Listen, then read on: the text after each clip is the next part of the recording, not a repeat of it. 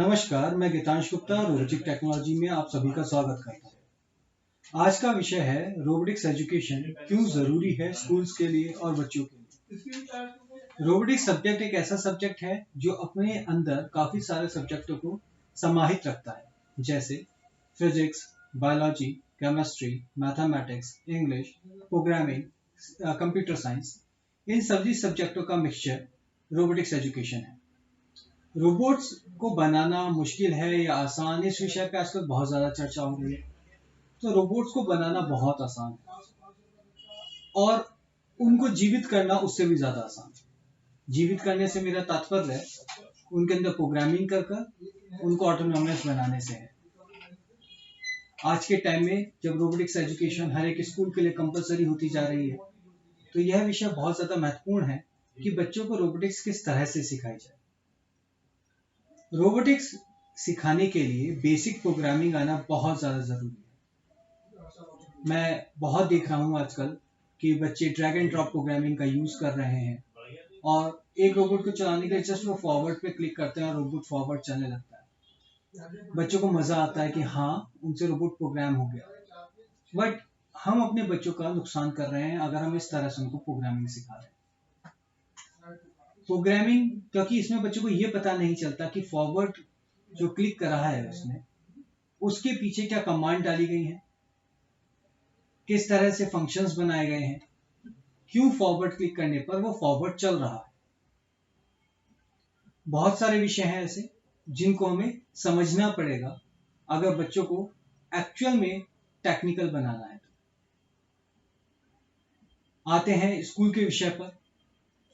School के अंदर robotics बहुत ज़्यादा ज़रूरी सब्जेक्ट है, क्योंकि जैसे कि मैंने पहले बताया, ये अपने अंदर खुद बहुत सारे सब्जेक्टों को समाहित करे हुए हैं। एक उदाहरण ले लेते हैं, बायोलॉजी से स्टार्ट करते हैं।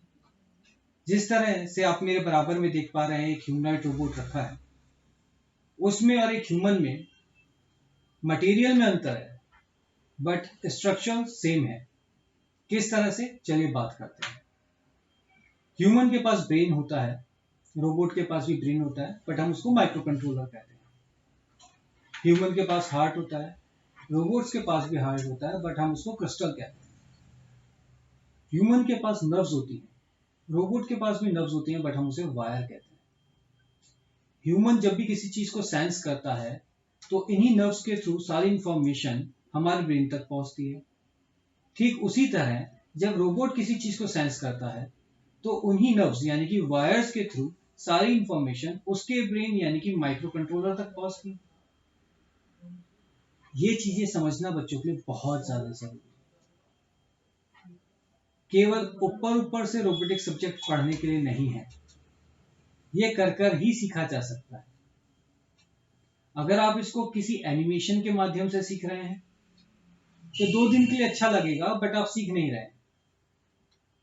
आप इसको तभी सीख सकते हैं जब आप इसको खुद से बनाकर देखें।